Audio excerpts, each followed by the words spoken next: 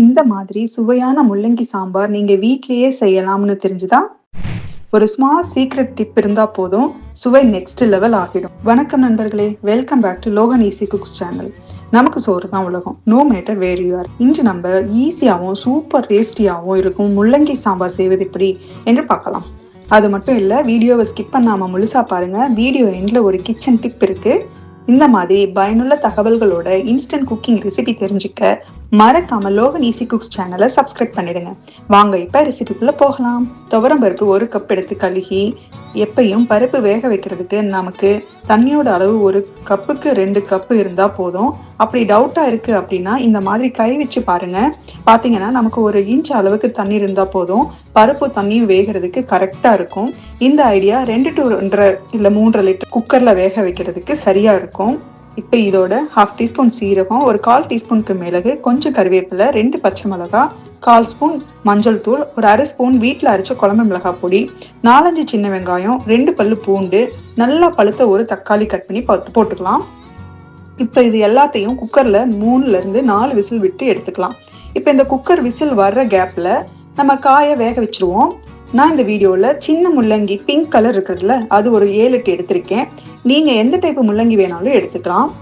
நம்ம முள்ளங்கியை எப்பவும் தனியாக சாம்பார் வைக்கிறத விட இந்த மாதிரி கேரட், உருளைக்கிழங்கு கூட போட்டு வைக்கும்போது டேஸ்ட் டபுள் ஆகும். முள்ளங்கி சாப்பிடாதவங்க கூட முள்ளங்கி சாம்பார் வாங்கி சாப்பிடுவாங்க.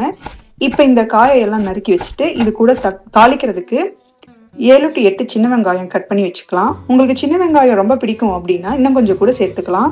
அதே மாதிரி காரம் அதிகம் சாப்பிடுவீங்க அப்படின்னா வரமிளகாய் கூட இதில் நீங்கள் சேர்த்துக்கலாம். ஒரு கடாயில் எண்ணெய் சூடு பண்ணி கடுகு, உளுந்து, பச்சை மிளகாய் பருப்பு, கருவேப்பிலை போட்டு தாளித்து வெங்காயம் சேர்த்து வதக்குங்க. வெங்காயம் முழுசாக வதங்கணும்னு இல்லை இதில், ஏன்னா காயெல்லாம் சேர்த்து அது கூடவே வதக்கும் போது அது வணங்கிடும். இப்போ கட் பண்ணி வச்ச காய் எல்லாத்தையும் சேர்த்து ஒரு 2 நிமிஷம் வதக்கி விடுங்க. இதுலேயே ஒரு 2 சின்ன வெங்காயம் சைஸுக்கு புளியை போட்டு தேவையான அளவு தண்ணி ஊற்றி காய வேக வச்சிடலாம். இதுதான் அந்த சீக்ரெட்டு. நீங்கள் புளி தண்ணிக்கு பதிலாக புளியை இந்த மாதிரி சேர்க்கும்போது புளி அதிகமாக தேவைப்படாது. அதே மாதிரி புளி டைரெக்டாக காய் தண்ணி கூட சேர்த்து கொதிக்கும் போது நமக்கு மிக்ஸ் ஆகி நல்ல டேஸ்ட் இருக்கும். நம்ம குழம்பு வச்சு முடிக்கும் போது மேலால தெரிகிற புளித்தோலை நம்ம எடுத்துடலாம். மேக்ஸிமம் எல்லாம் கரைஞ்சிரும். அப்படி இல்லைன்னா கண்ணுக்கு தெரியறத மிளகாய் எடுத்து போடுற மாதிரி எடுத்து போட்டு சாப்பிட்டுக்கலாம்.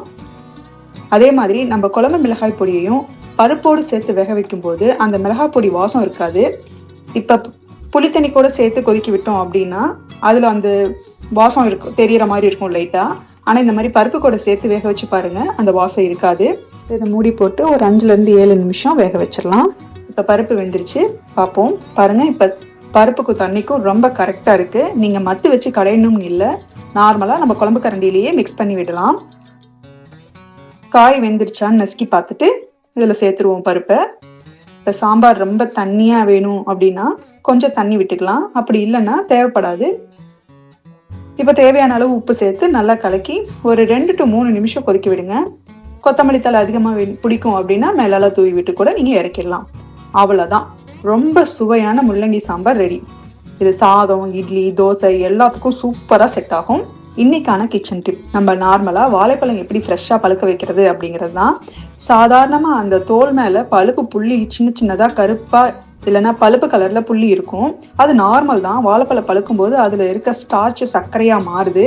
அது மட்டும் இல்லை, எத்திலின் அப்படிங்கிற கேஸ் வாழைப்பழத்துல இருந்து வெளிவரும். அது பழத்தை வேகமாக பழுக்க செய்யும்.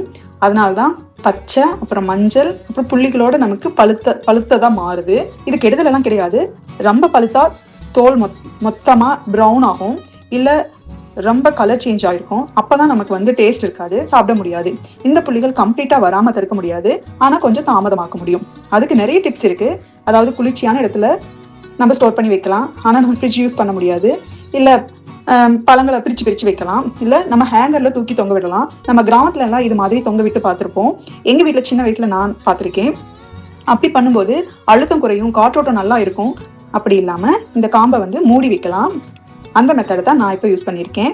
அதாவது மேல் பகுதியை நம்ம ஒரு டிஷ்யூ பேப்பரில் நினச்சிட்டு அதை க்ளோஸ் பண்ணி வைக்கும்போது அந்த எத்திலின் வாயு வெளியாகிறது நம்ம தாமதமாக்க முடியும். கம்ப்ளீட்டாக குறையாது, கொஞ்சம் கம்மியாக தான் ரிலீஸ் ஆகும். அப்படி ஆகும்போது அந்த கேஸ் வாழைப்பழத்துலேருந்து உங்களோட காம்புலேருந்து வெளியாகிறது குறைஞ்சிருக்கும். அப்படி குறையும் போது பழமும் பழுக்கிறதுக்கு கரெக்டாக இருக்கும். புள்ளிகள் வராது, கொஞ்சம் குறைஞ்சிருக்கும். ஒரு 5 to 7 நாள் உங்களுக்கு பழம் கரெக்டா சாப்பிட்ற பதத்துக்கு வந்துடும். அப்படி இல்லாம நீங்க ஓப்பன்ல வைக்கும்போது இந்த மாதிரி புள்ளி வரும். ஒரு 4 to 5 நாள்லயே பாத்தீங்க அப்படின்னா ரொம்ப பழுத்து புள்ளிகள் வந்திருக்கும். சாப்பிட்றதுக்கும் கொஞ்சம் டேஸ்ட் கம்மியாகும். நீங்க அப்பப்ப கிச்சனுக்கு போகும்போது அந்த டிஷ்யூ பேப்பர்ல தண்ணி வந்து தொளிச்சு விட்டுக்கலாம். ஸோ அதனால அந்த ஈரப்பதத்தை வந்து அப்படியே வச்சிருக்கும். நீங்க டிஷ்யூ பேப்பர் நினைச்சு வைக்கணும்னு கூட இல்ல. அந்த காம்பு பகுதியை வந்து பிளாஸ்டிக் ரேப் பண்ணி வைக்கலாம். அப்படி இல்லைன்னா ஃபாயில் இருக்கு அப்படின்னா அதை கூட நீங்க சுத்தி வைக்கலாம். இன்னும் ஒரு அடிஷனல் டிப்பு, வாங்கும்போது கவனிச்சு வாங்க. கொஞ்சம் பச்சை கலந்த மஞ்சள் நிறத்துல இருக்கிற பழங்களை செலக்ட் பண்ணி வாங்குனீங்க அப்படின்னா அது கொஞ்சம் நீண்ட நாள் இருக்கும். ஒரு வாரத்துக்கு ஃப்ரெஷ்ஷாவே நமக்கு இருக்கும். இந்த மெத்தட் ட்ரை பண்ணி பார்த்துட்டு கமெண்ட்ல சொல்லுங்க எப்படி இருக்குன்னு. இந்த மெத்தட் உங்களுக்கு பிடிச்சிருந்தா லைக் பண்ணுங்க, கமெண்ட் பண்ணுங்க, மற்றவங்களுக்கும் ஷேர் பண்ணுங்க. இது மாதிரி யூஸ்ஃபுல் டிப்ஸோட இன்ஸ்டன்ட் ரெசிபி தெரிஞ்சுக்க நம்ம லோகன் ஈஸி குக்ஸ் சேனலை சப்ஸ்கிரைப் பண்ண மறக்காதீங்க. மறக்காம நோட்டிபிகேஷன் பட்டனை அழுத்திக்கோங்க. நல்லா சாப்பிடுங்க, உடம்புக்கு நல்லதையே சாப்பிடுங்க. மீண்டும் ஒரு இன்ஸ்டன்ட் ரெசிபியோட சந்திப்போம்.